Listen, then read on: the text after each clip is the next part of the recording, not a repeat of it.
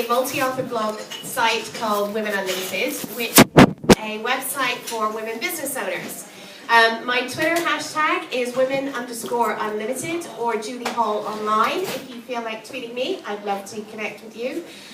I've been running Women Unlimited for 5 years, so we launched in September 2008, and when I launched it, it was not a multi-author blog.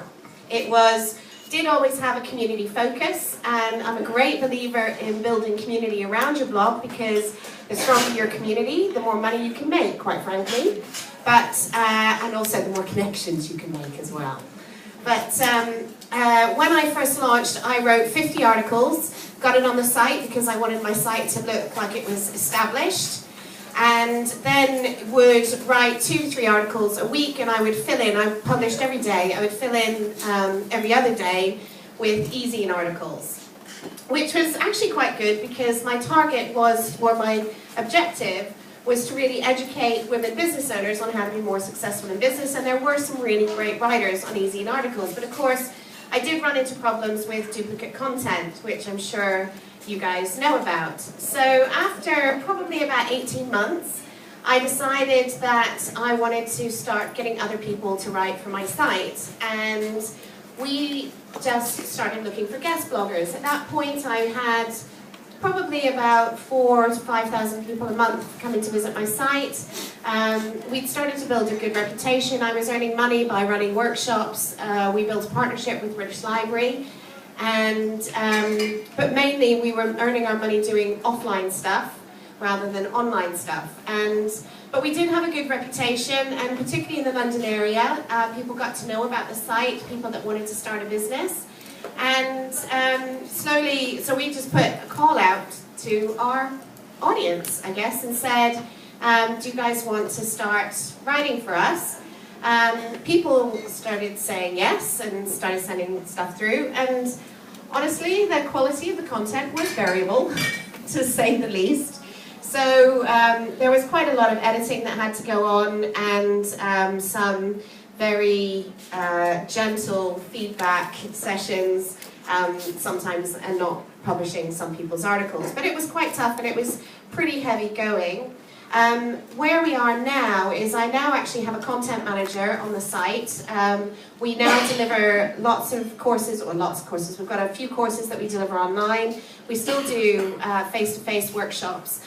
And this is just something that it's not really necessarily about multi-author blogging, but I would say it's really important quite early on to start thinking about how you are going to generate revenue via your site. Getting advertising is really hard. If you're going to use affiliate marketing or something like that, then it's really worth starting to identify things that your audience really wants to buy. So in my case, one of the ways that I make really good income is promoting other people's events. And last year I made about £8,500 just promoting other people's events. We obviously do other types of affiliate marketing as well. So try and start thinking about what your community wants and building relationships with people within that area that might have products and services that are going to be useful for your audience.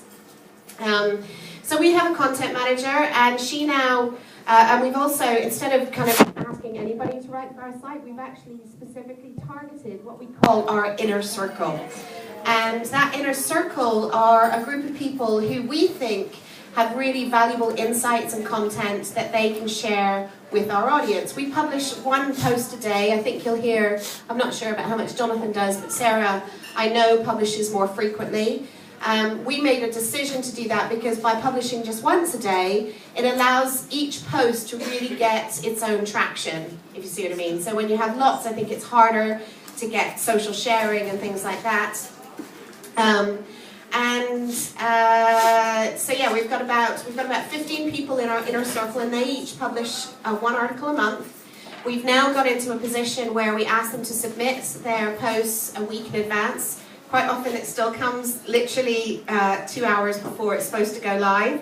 But we're actually getting really strict about this now, and if they don't get it in within our deadline, which is at least 3 days beforehand, they then get bumped to the back of the queue. They get benefit from publishing on our site. We're a PR5 site, and also get lots of credibility. We've got get lots of visitors, obviously for women that are targeting the women business owner market, so they can get in front of our audience. And actually, I think we treat our writers quite well. So we had a get together a couple of weeks ago where we sort of talked about what our strategy was, what we're doing, and why it was important, and asked for their feedback, and really made them feel like they were included. Now, I recognise that not everybody can do that in a face-to-face way, but it's quite easy to do it virtually these days, particularly with things like Google Hangout or Skype meetings and things like that. And I think the more included that your writers can feel within your site, like they're a part of it, the more likely they're going to be to write for you, and they're going to care about what they're writing for you. The other sort of tip that I would just say is if you're really focused on the type of content that you want your site to deliver. So in my instance, we write mostly about personal development and marketing, because those are the two key things that women business owners struggle with. How do I get more clients? How do I feel confident enough to be good in my business? And the rest of them, while we do other things around that, it's very few and far between. But it makes it easy for us to target the types of writers that we want and then know what kind of content we want to have coming in on the site.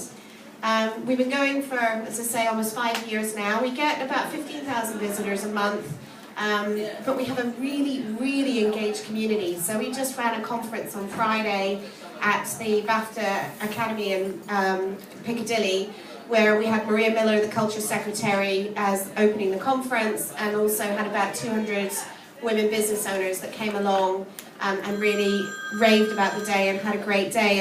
And I think that's the power of community. So if you can really make a strong connection with your content, if your writers are equally committed to making a connection with your readers, then you really do have a great opportunity to build yourselves a great business and a great site and a great place where people can come and connect with each other.